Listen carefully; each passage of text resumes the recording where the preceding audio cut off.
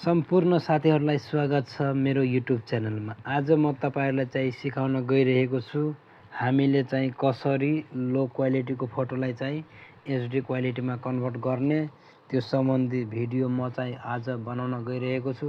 तपाईले चाहिँ मेरो चाहिँ प्रोसेसलाई चाहिँ फलो गर्नु होला अनि जोसुकैले पनि चाहिँ यो एचडी क्वालिटीमा चाहिँ आफ्नो फोटोलाई चाहिँ कन्भर्ट गर्न सकिन्छ।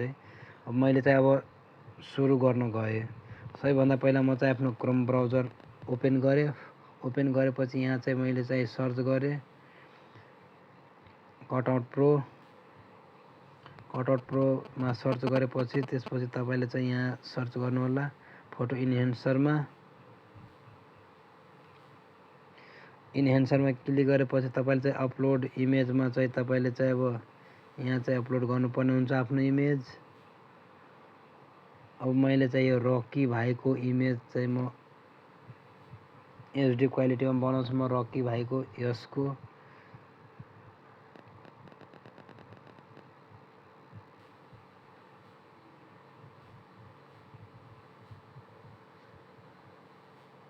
यसमा चाहिँ अलि मैले चाहिँ साइन इन गरेँ।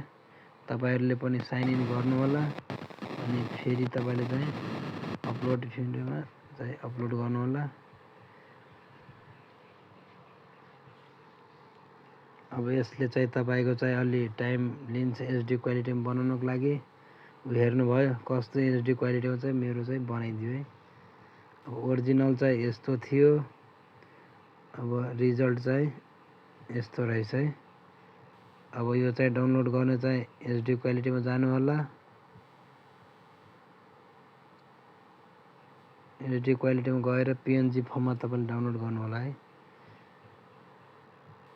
यसरी चाहिँ डाउनलोड गर्नु होला, तपाईको चाहिँ डाउनलोड हुन्छ।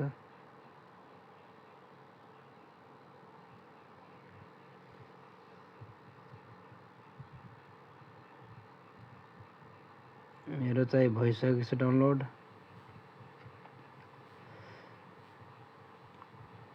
अब म चाहिँ तपाईलाई चाहिँ देखाउँछु है कस्तो फोटो थियो मेरो चाहिँ।